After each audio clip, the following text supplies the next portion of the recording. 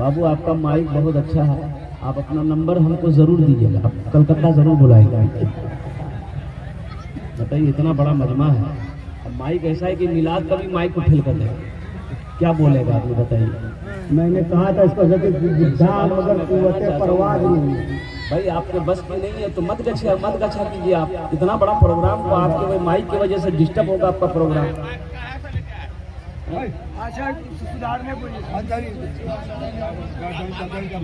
तमाशा का जगह है, आपने ऐसा माइक लाया है।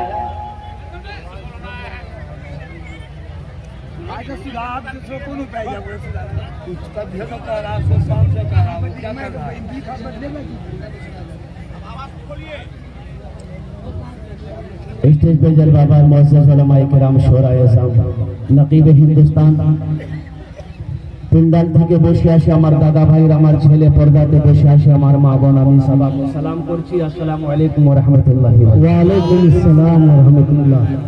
আমি আপনাকে সালাম করলাম, কিছু লোক আমার সালামের জবাব দিলেন, কিছু লোক কি বললেন আমি বুঝতে পারলাম না। আল্লাহ নবীর ফরমান আছে, যদি তোমাকে কই সালাম করে ওনার সালামের ভালো জবাব দাও। একবার আর চেষ্টা করছি, দেখছি কত লোক আমার সালামের ভালো জবাব দিচ্ছেন। আসসালামু আলাইকুম ওয়া রাহমাতুল্লাহ। ওয়া আলাইকুম আসসালাম। হাত রাখে ওয়া আলাইকুম আসসালাম। মাশাআল্লাহ, পুরা মজমা आपका तमाशा। এ আমি আপনার মেহমানের একরাম করো, এটা নবীর সুন্নত আছে। मेहमान का इकराम कीजिए, मेहमान की इज्जत कीजिए, ये नबी की सुन्नत है। और जो नबी की एक मुर्दा सुन्नत को जिंदा करेगा, अल्लाह उसे 100 शहीदों का सवाब अता फरमाएगा। इंशाल्लाह अपनारा इकराम करबेन। একটাই কথা বলবো, যদি মানবেন বলবো, না মানবেন বলবো না। বলবো, मानবেন तो इंशाल्लाह। अगर जहमत ना हो, तकलीफ ना हो तो अल्हम्दुलिल्लाह। ये जो लोग पीछे खड़े हैं, आप लोग थोड़ा हिल ना जाइए, थोड़ा हिल जाइए, उनको बैठने की जगह मिल जाए। थोड़ा सा हिल जाइए, तो थोड़ा हिल जाओ बाबू, थोड़ा हिल जाइए, थोड़ा ज्यादा नहीं, थोड़ा सा हरकत कर लिए, हरकत में बरकत है, आकर में पकड़। माशाअल्लाह, बस सिमट जाइए, खाली ध्यान दे, किसी का हाथ किसी के जेब में ना जाए। अल्हम्दुलिल्लाह। जो लोग खड़े हैं बैठ जाए, मेरे बच्चों और नौजवानों बैठ जाओ। अल्हम्दुलिल्लाह, बड़ा खूबसूरत सा बच्चा है, देखिए बच्चा सब खड़ा है, बहुत खूबसूरत चेहरा है उन बच्चों का। अल्लाह उनकी जवानी को सलामत रखे। बच्चों बैठ जाओ, जितने लोग बैठ जाओ। वाह भाई, क्या मजमा है माशाअल्लाह। अच्छा, इंशाअल्लाह कुछ अर्ज़ करने से पहले दुआया कलिमात के चंद अशार है, अगर आपकी इजाजत हो तो मैं सुना दूं। जी सुना दीजिए। अब इसके बारे में मैं कुछ नहीं बोलूंगा, इसके बारे में बोलना ही बेकार है, इसलिए कि मैं रोजाना जलसा करता हूँ अल्हम्दुलिल्लाह। रोजाना इससे वास्ता पड़ता है अल्हम्दुलिल्लाह। लेकिन ये मेरा पहला जलसा होगा कि शायद ऐसा माइक पे मैं खड़ा हुआ हूँ। इतना बड़ा जलसा है भाई। शेर समात फरमाइए। इरशाद गुनाहों पे हूँ शर्मिंदा, इलाही दर्द जल कर दे, बहुत माशाअल्लाह। गुनाहों पे हूँ शर्मिंदा इलाही दर्द जल कर दे, बड़ा मुजरिम हूँ मैं तेरा इलाही दर्द जल कर दे। खता कोई नहीं छोड़ी कभी सियां नहीं छोड़ा, खता कोई नहीं छोड़ी कभी सियां नहीं छोड़ा। बस अब करता हूँ मैं तौबा इलाही दर्द ज़ल्म दे, बड़ा मुजरिम हूँ मैं तेरा इलाही दर्द ज़ल्म कर दे। अगर ये जलसा मेरा होता तो 80 किसी से भी आपको सवाल नहीं, मेरा जलसा नहीं, मैं मजबूर हूँ। खेला हाथ का आपने बना रखा है शैतान ने, खिलौना हाथ का आपने बना रखा है शैतान ने। बना ले अपना तू बंदा इलाही दर्द ज़ल्म दे, बड़ा मुजरिम हूँ मैं तेरा इलाही दर्द ज़ल्म दे। गुनाहों पे हो शर्मिंदा इलाही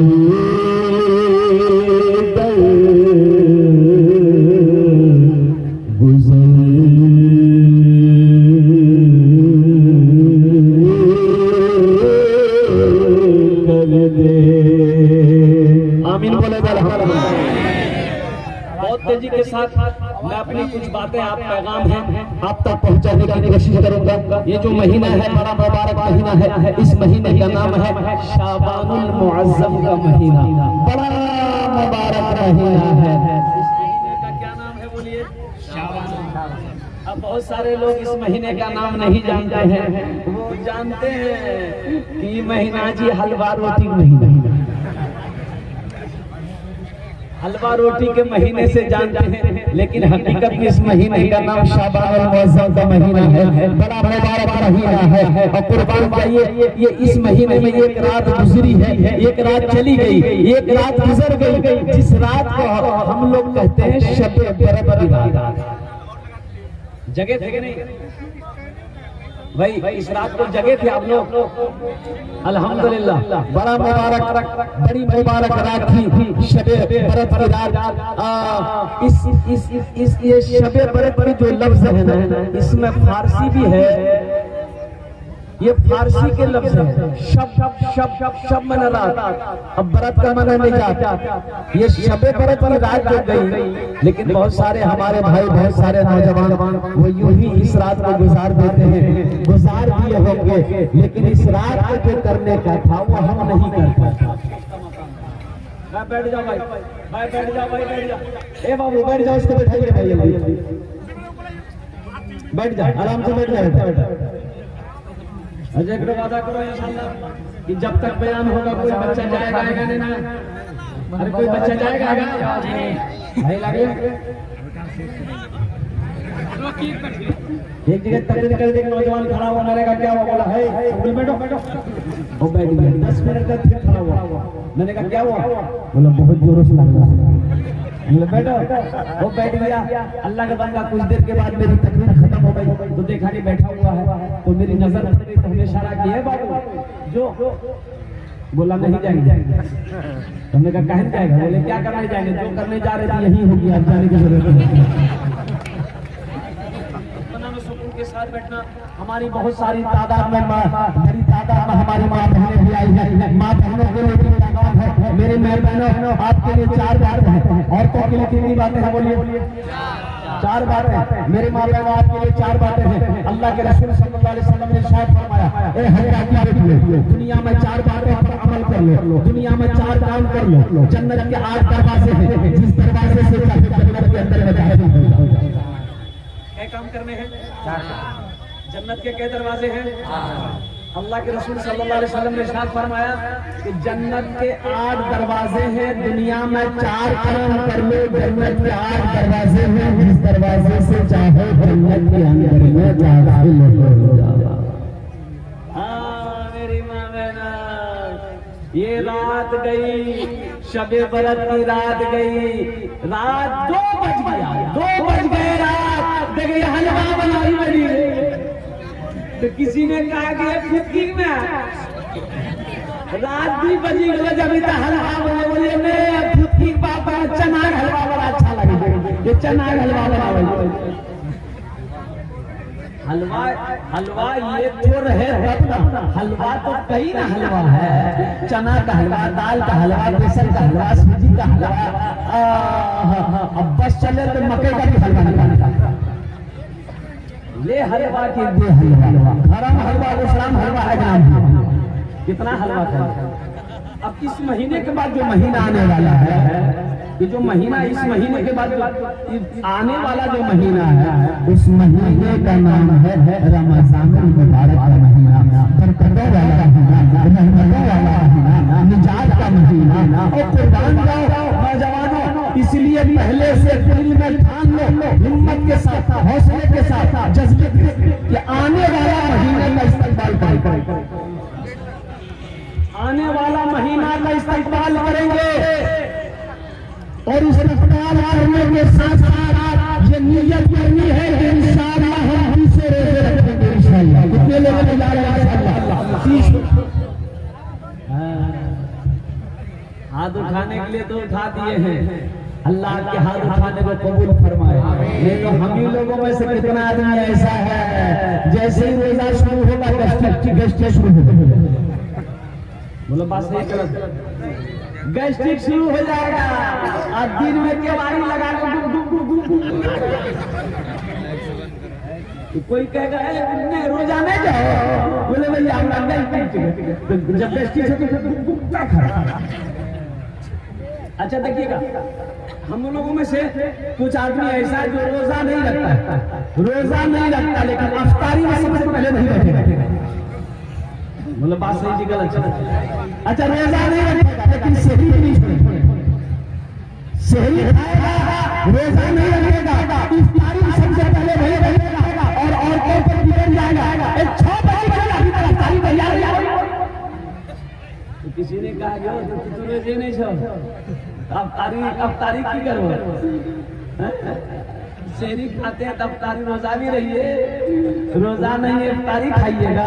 बोले तो हम मुसलमान नहीं है, हम काफिर हो गए। नहीं भाई मुसलमान, तुम पक्का मुसलमान, तुम ही तो पक्का मुसलमान हो। रोजे की फजीलत है, अल्लाह के रसूल सल्लल्लाहु अलैहि वसल्लम इरशाद फरमाते हैं, जो रोजेदार को इफ्तारी करा देगा, जो रोजेदार का रोजा खुलवा देगा, तो जितना सवाब रोजा रखने वाले को अल्लाह देगा, उतना सवाब इफ्तारी कराने वाले को भी अल्लाह देगा। अल्लाह तौफीक दे तो रोजादार जो होगा रिश्तेदारों में या मोहल्ले में पड़ोस में किसी को दावत दे दीजिएगा। हम तो कहते हैं कि मेरा बच्चे ले तो रोजाना दावत की, 1 2 आदमी 3 आदमी को रोजाना, हे भैया हम लोग घर में आ जाए तारीख दावत आ गई। भाई जहाँ मेरे घर में रोजा इफ्तारी बन रहा है, 1 आदमी हो जाएगा क्या हो जाएगी भाई, इफ्तारी में कमी आ जाएगी। 1 आदमी खा लेगा तो क्या होगा? तो जितना सवाब रोजेदार को अल्लाह देगा उतना सवाब इफ्तारी कराने वाले को भी देगा। एक हिंदू भाई सुन लिया मौलाना की तकरीर कि जितना सवाब रोजादार को अल्लाह देगा उतना इफ्तारी कराने वाले को भी देगा। वो क्या काम किया कि एगो खजूर लिया, 1 गिलास शरबत लिया और निकल पड़ा मुसलमान के मोहल्ले। एक नौजवान आ रहा था, मुसलमान का बच्चा, पकड़ा गट्टा बिठाया वहीं तो बढ़िया नौजवान बोला कर बोला हाथ पकड़ा दे छोड़ो, बोले बैठो अफ्तारी करो। बोला अफ्तारी करो जी, कोई टाइम अफ्तारी का? बोला हम सब कुछ नहीं सुनेंगे, अफ्तारी करो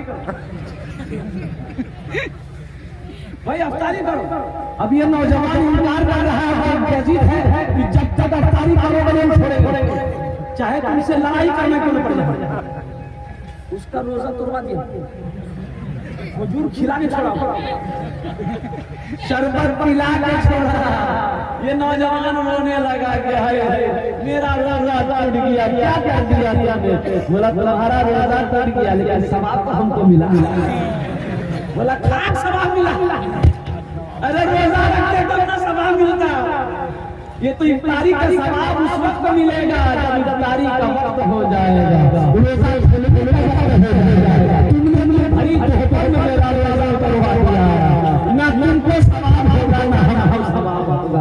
इसलिए मेरे बच्चे नौजवानों, इंशाअल्लाह इस महीने का एहतराम करना, इस महीने का इकराम करना, इस महीने में पाबंदी के साथ हमसे रोजे रखना। देखो एक बार याद रखो, रोजा रखने से आदमी कमजोर नहीं होता है, जो कमजोर रोजा रखेगा अल्लाह उसको ताकत वाला बना देगा, अल्लाह उसको ताकत वाला बना देगा।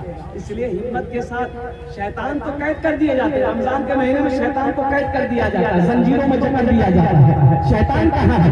इसलिए पाबंदी के साथ इंशाअल्लाह ये नौजवानों ने, बच्चों ने हाथ उठाया है, ये अल्लाह ये सही है कि जब तक तू तौफीक नहीं देगा हम रोजा नहीं रख सकते। अल्लाह हमारे बच्चों को, नौजवानों को, हमारी बेटियों को, माओ को, बहनों को अल्लाह तौफीक दे। ये रमजान का महीना है तो इस महीने में हम एहतराम कर सके, इज्जत कर सके और पाबंदी के साथ 30 रोजे रख सके। ये जलसा आम इस्लाह माशरा का जलसा है, मदरसे का जलसा है। मस्जिद अल्लाह का घर है, मदरसा किसका घर है? बोलिए रसूलुल्लाह का घर है। अच्छा, ये मदरसे क्यों जरूरी? मदरसे जरूरी क्यों? मदरसे क्यों जरूरी? अब इसको क्या करना है? अल्लाह का बंदा, जब इसका ये आलम है उसका क्या आलम है?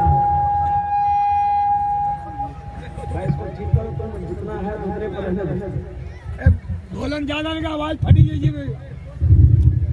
समझ लो नहीं जी, भोलन ज्यादा नहीं का आवाज फट जाता है।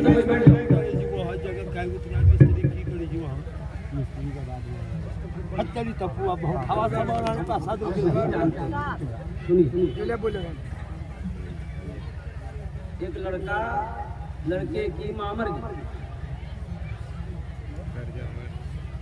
गांव देहात का घर था, डॉक्टर आ नहीं पाया, सही से इलाज नहीं हुआ, मां मर गई। तो बोला कि मेरी मां मर गई, अगर डॉक्टर आ जाता तो मेरी मां नहीं मरती, क्यों ना हम डॉक्टर बने।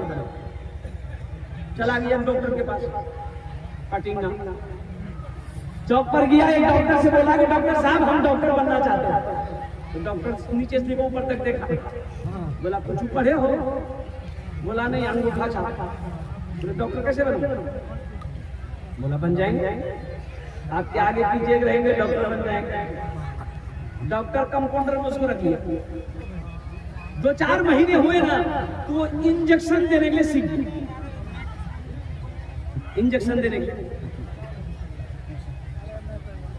एक दिन गांव से, एक दूसरे गांव से एक आदमी आया डॉक्टर के पास, बोला डॉक्टर साहब चलिए मेरी ऊंट जो है ना, ऊंट बीमार हो गया, चारा पानी नहीं खाता, और चलिए।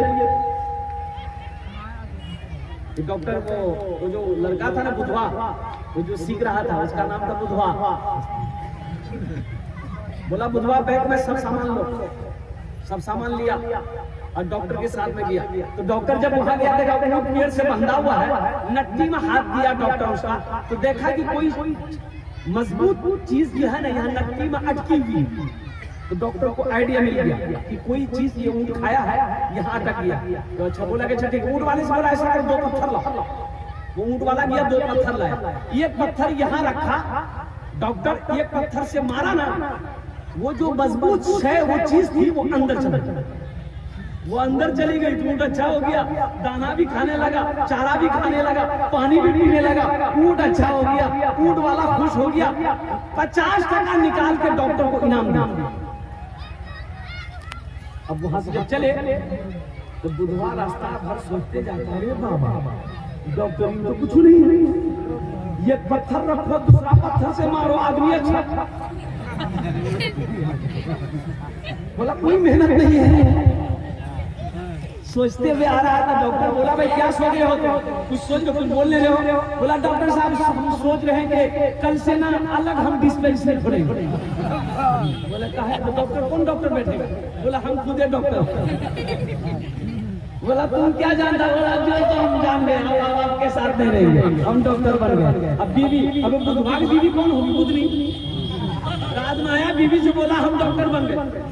बुध ने भी पूछ तमाम जेवर निकाल करके दे दी। ये बुधवार लिया गया, जेवर बेचा और सब सामान आला इंजेक्शन दवाई जो समझ में घर में लेके आए। कोई पेशेंट नहीं, बस्ती वाला जानता था कब का डॉक्टर है। वो भूले चूले एक दिन बैग में सब दवाई लिया, सामान लिया, अब बस्ती बस्ती घूमने लगा, दूसरे बस्ती चला गया। बकरी बीमार, भैंस बीमार, गाय बीमार, ऊँट बीमार, आदमी बीमार, बच्चा बीमार, इलाज करा। एक नौजवान निकला, बोला डॉक्टर साहब हमारे में आम बीमार जा मत कर। बोला चलो एक ही आप यहाँ बिस्तर में लेके गया, उसका नक्की में हाथ डाला। नौजवान कहता है कि नक्की में कुछ नहीं है, मेरी माँ को बुखार है।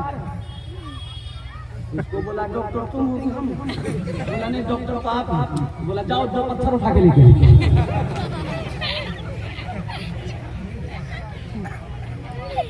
2 पत्थर उठा के लाओ। वो लड़का बोला कि पत्थर का क्या कीजिएगा, अब दवाई दीजिएगा, पत्थर ढूंढ रहे। बोला कि डॉक्टर तुम हो कि हम? बोला नहीं डॉक्टर तो आप। बोले चलो दिया नौजवान को पत्थर लेकर आया, बुढ़िया बैठी हुई उसको सुलाया, बुढ़िया ने सुलाया। और ये डॉक्टर बोला, ये बुढ़वा बोला कि ऐसा करो, इधर आओ। वो बुढ़िया का बेटा बोला इधर आओ, बोला बेटा एक नट्टी में एक पत्थर रखा। बुढ़वा बोला कि उसको पकड़ो, बस के पकड़ो, पत्थर गिरने नहीं। ये पत्थर लेकर बुढ़वा खाओ, बुढ़िया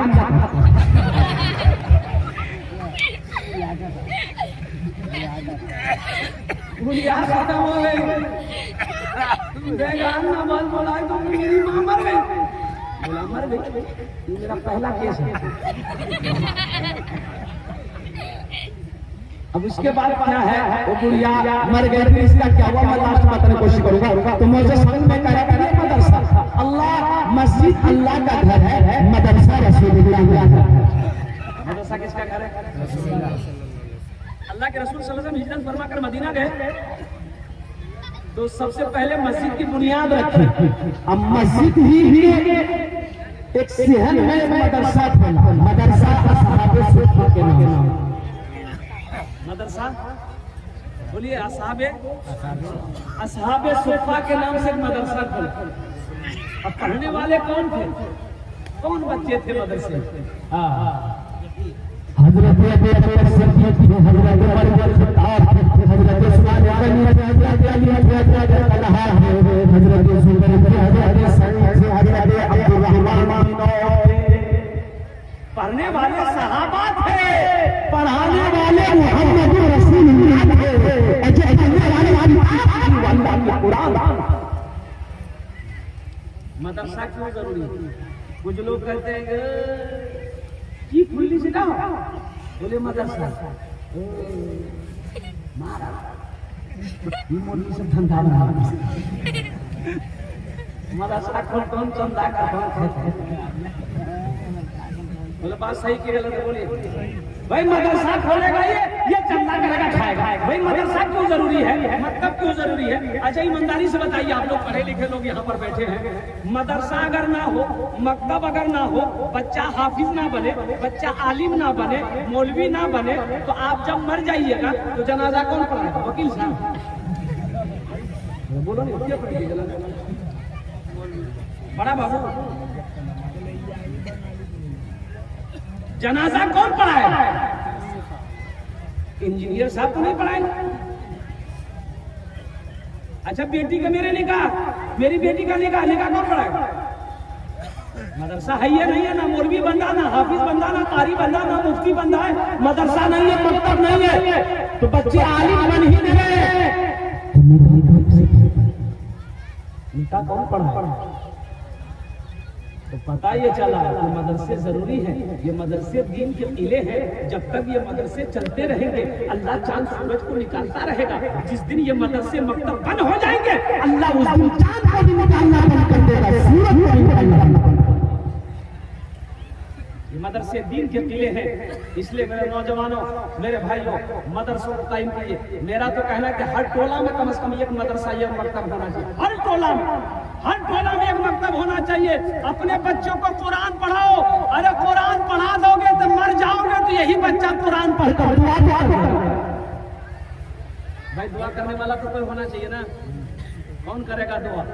किसको फुर्सत है? भाई करेगा, फुर्सत नहीं है। चचा करेगा, फुर्सत नहीं है। भतीजा करेगा, फुर्सत नहीं है। कुर्बान जाओ। शायद वो औलाद जिसकी आपने परवरिश की है, जिसको आपने तालीम दिया है, जिसको आपने कुरान पढ़ाया है, शायद अल्लाह उसको नहीं मिला कि मेरा बाप मर गया है, तो कुरान याद करना की बारगाह में दुआ तो कर दे। शायद अल्लाह कुरान के सदक़े में आपके गुनाहों को माफ, अल्लाह आपके गुनाहों को मिटा के आपके गुनाहों को अल्लाह धो दे। शायद कुरान के सदक़े में अल्लाह आपके दर्जात को बुलंद फरमा दे। शायद अल्लाह कुरान के सदक़े में आपको जन्नत के अंदर में दाखिल करा।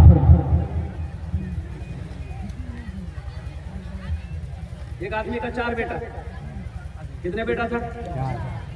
4 बेटा है। किसी को नहीं पढ़ाया, सिर्फ दौलत इकट्ठा किया, दौलत जमा किया। वो वक्त भी आ गया, मौत का वक्त सामने, मौत सामने खड़ी है। सारे हाथा होने लगा, चारों तरफ जमा हो, बीवी आ गई, रिश्तेदार लोग आ गए। तो बेटों ने कहा कि आप क्यों रो रहे हैं? कहा कि बेटा हम दुनिया में रहकर कब्र की तैयारी नहीं कर सके, कब्र हश्र के मैदान की तैयारी नहीं कर सके, जन्नत में जाने की तैयारी नहीं कर सके।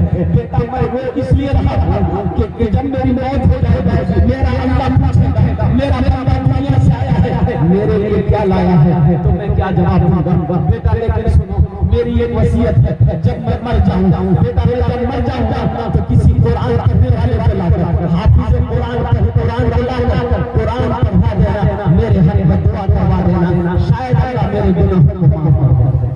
बेटों ने कहा कि अब्बा हम लोग तैयार हैं।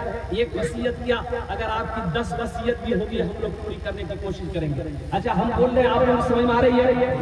एक मरतबा सुभान अल्लाह। बेटों ने वादा कर लिया, बाप का मरना था, मर गया, बाप चला गया।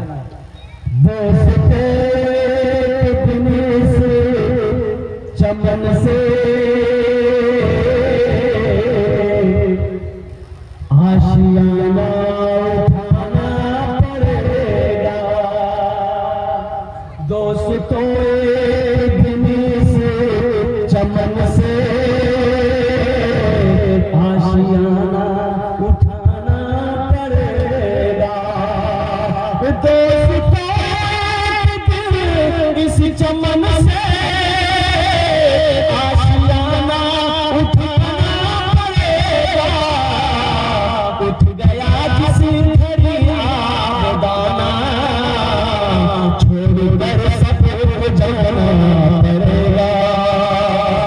उठ गया जिस घड़ी आबदाना, छोड़कर सबको जाना पड़ेगा।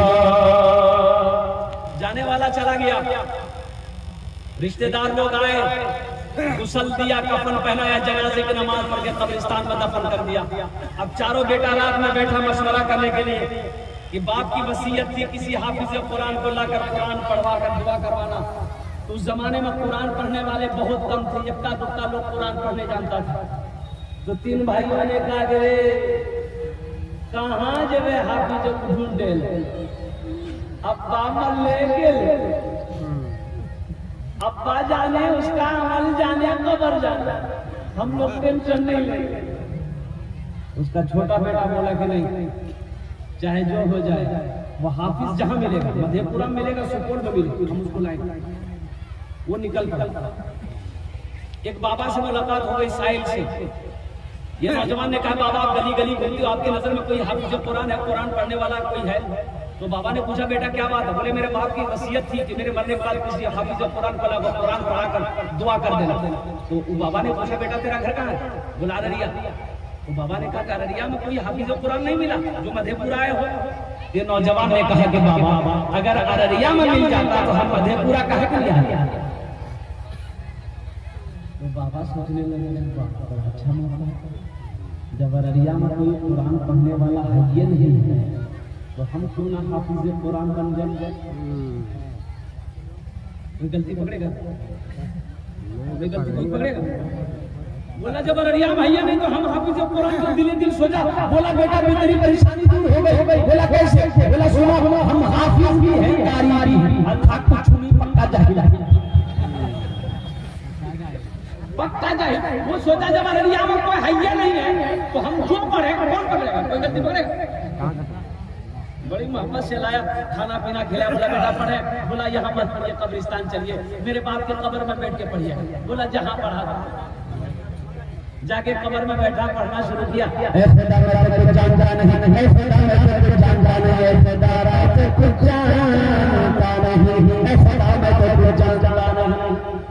बेटा समझ दूसरा बेटा बोला कि ये छोटा होकर ला सकता, हमने लगा वो भी निकल गया भागलपुर गया, ये पक्का जाहिल करके वो भी ले घर में खिलाया पिलाया। बोला पढ़े? बोला यहाँ मत पढ़िए, मेरा छोटा भाई का हाफिज साहब कब्रिस्तान में पढ़ रहा है, उसी के बगल में आप बैठ के पढ़िए, इज्जत का नाम हाफिज साहब है। बोला अगर वो असली होगा तो जितना पैसा मिल रहा है उसका आधा उसको दे देंगे, आधा तो बचेगा। जब ये कब्रिस्तान पहुंचा देखा वो जो पढ़ रहा था वो देखा गया लंबी टोपी लंबा कुर्ता, वो इतनी बड़ी दाढ़ी, वो सोचा हो ना वो असली होगा, ना ये असली था ना वो असली थी। ये जब पहुंचा तो पढ़ना बंद कर दिया। बोला ये इसी बगल में बैठ के पढ़ी। बोला बाबू तुम लोग घर जाओ कर पढ़ते रहो। बोला नहीं सामने में पढ़ी। तो पहला वाला बोला जब जो हुई असली है कि नकली है बात समझ में आ जाएगी। पढ़ना शुरू किया, ऐ खुदा मैं तो कुछ जानता नहीं, ऐ खुदा मैं तो कुछ जानता नहीं। कि दूसरा वाला समझ गया कि पक्का जाहिल है, तो भी पढ़ना शुरू किया, जैसे तू वैसे में, जैसे तू वैसे में, जैसे तू वैसे में, जैसे तू वैसे। तीसरा भाई बोला कि रे बाबा ये दो हाफिज कुरान को ला सकता, हम नहीं ला सकते। वो भी गया एक जाहिल को पकड़ के ले आया, वो भी एक जाहिल को पकड़ के ले आया। चौथा जाहिल को पकड़ के ले आया। बोला कि बाबू ऐसा करो तुम्हारा अब्बा जन्नत पहुंचा। बोला भी बताइए अब्बा को जन्नत पहुंचाने में कितने दिन लगेगा? इन लोग बोला कि बेटा जन्नत बहुत दूर है, नजदीक नहीं है, कम से कम 2 महीना लगेगा। बोला 2 महीना लगे या 4 महीना, लेकिन मेरा अब्बा को जन्नत से बाहर मत छोड़िएगा, इसलिए कि मेरा अब्बा हमारे लिए बहुत कुछ किया है। मेरा अब्बा को जन्नत पहुंचा दीजिएगा। 2 आदमी हाथ पकड़िएगा, 2 आदमी पैर पकड़िएगा, डायरेक्ट लिया के जन्नत पहुंचा दीजिएगा। बोला तुम लोग घर जाओ हम लोग पढ़ेंगे। बोला नहीं यही पढ़िए आप लोग पढ़िए। तो पहला वाला बोला कि जो होगा ये दोनों असली है कि नकली पता चल जाएगा। पहला वाला पढ़ना शुरू किया, हे खुदा मैं तो कुछ जानता नहीं। दूसरा बोला जैसे तू वैसे में, जैसे तू वैसे। तीसरा समझ गई पक्का दोनों जाहिल। वो भी पढ़ना शुरू किया, ये अंधेरी तकलीफ कब तक चलेगी, कब तक चलेगी, कब तक चलेगी। चौथा समझ गई पक्का तीनों जाहिल है। वो भी पढ़ना शुरू किया, जब तक चले चलने दो, जब तक चले चलने दो, जब तक चले चले। नौजवानों कई दिन रहे, वो लोगों ने बताया अल्लाह कबीरा खाया पहना और घर के तरफ चल दिया। हम मुझे ईमानदारी के साथ बताओ उनके बाप को फायदा पहुंचा? भाई बाप को फायदा पहुंचा? अगर वही चारों बेटों में से अगर किसी को कुरान पढ़ा देता है तो वही कोई सूरह फातिहा पढ़ता है, सूरह अखलाक पढ़ता है, इन्ना मेरा पढ़ता है, रब का दुआ करता है, शायद अल्लाह उसके बाप को गुनाह। अपने बच्चों को कुरान पढ़ाओ, अपने बच्चों को कुरान पढ़ाओ, अपने बच्चों को कुरान पढ़ाओ। अल्लाह के रसूल सल्लल्लाहु अलैहि वसल्लम इरशाद फरमाते हैं कि कुरान वो किताब है कि अगर इसको देख लो तो अल्लाह तेरे गुनाहों को माफ फरमा देगा। कुरान से जुड़ो, कुरान से जुड़ो, जो कुरान से जुड़ जाता है, ये कुरान जमीन की पस्ती से उठाकर उससे आसान की तलब तक पहुंचा देता है। मेरे भाई कुरान से जुड़ेंगे इंशाल्लाह। कितने लोग तैयार हैं इंशाल्लाह कुरान से जुड़े इंशाल्लाह। तो मेरे भाई इस मजमे के अंदर मुझे 5 आदमी चाहिए इंशाल्लाह कुरान से जुड़ने के लिए। एक हदीस सुनाओ आपको। अल्लाह के रसूल सल्लल्लाहु अलैहि वसल्लम ने इरशाद फरमाया कि कुरान आज किताबी शक्ल में है, कुरान आज किताबी शक्ल में है, कल क़यामत के दिन हश्र के मैदान में ये कुरान इंसानी शक्ल में होगा, बड़ा खूबसूरत इंसान होगा, बड़ा खूबसूरत इंसान होगा। और एक आदमी के हाथ को पकड़ेगा, अल्लाह के सामने खड़ा हो जाएगा कुरान। अल्लाह आलिमुल गैब व शहादा, फिर भी अल्लाह पूछेगा तू कौन है? कहे मेरे अल्लाह मैं तेरा कुरान। कहे तेरे साथ कौन है? कहे मुझे कुरान का कारी है। तो अल्लाह कहेगा तू क्या चाहता है? तो कुरान या अल्लाह दुनिया में ये मेरी बहुत पसंद किया है, मुझे सीने से लगा था, मुझसे मोहब्बत करता था, मुझे आंखों से लगा था, या अल्लाह दुनिया में मेरा हक दिया था, इसलिए आज हश्र का मैदान मैं चाहता हूं उसका फतवा चुका दूं। अल्लाह मुझसे क्या चाहता है? तो कुरान कहता है या अल्लाह मैं चाहता हूं मुझसे जन्नत के अंदर मैं दाखिल कर दूं, तो मेरा इसके हाथ को जन्नत के अंदर मैं दाखिल कर दूं। क्या आप नहीं चाहते हैं कि कुरान मेरे भी हाथ पकड़े जन्नत के अंदर में दाखिल कर? भाई चाहते हैं भाई चाहते हैं इंशाअल्लाह कि कुरान मेरे भी हाथ पकड़े जन्नत के अंदर में दाखिल कर। तो मैं चाहता हूं इस मजमे के अंदर में ये मदरसे के हालात को मैंने देखा, अभी हम जुड़े इस मदरसे के हालात को देखें। मेरे भाई ये दौलत तो यही रह जाएगी, ये खेत, ये जमीन, ये धन, सोना, चांदी सब तो यही रह जाएगा। कोई कुछ लेकर जा पाया है भाई? कोई कुछ लेकर गया है इस दुनिया से? सिकंदर बादशाह का नाम सुने ना? 7 मुल्कों का बादशाह था, 7 मुल्क का, सिर्फ हिंदुस्तान का नहीं, हिंदुस्तान, बांग्लादेश, पाकिस्तान, ईरान, कजाकिस्तान, अफगानिस्तान, 7 मुल्क का बादशाह था। लेकिन जब वो मरा ना, मरने से पहले उसकी वसीयत थी जब मैं मर जाऊं मुझे गुस्ल देके जब कफन पहनाना तो मेरे दोनों हाथों को बाहर निकाल देना कफन से, कफन में नहीं रहेगा।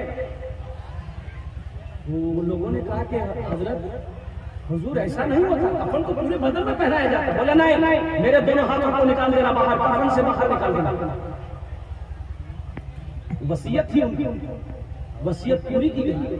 जब जनाजे की नमाज हो गई देखा कि दोनों हाथ बाहर निकाला हुआ सिकंदर बादशाह का, कफन यहीं तक है, ये दोनों हाथ बाहर है कफन से। तो किसी अल्लाह वाले से किसी ने पूछा कि हजरत ये सिकंदर क्या पैगाम देना चाहता है? तो अल्लाह वाले ने कहा कि सिकंदर दुनिया वालों को ये पैगाम देना चाहता है कि दुनिया वालों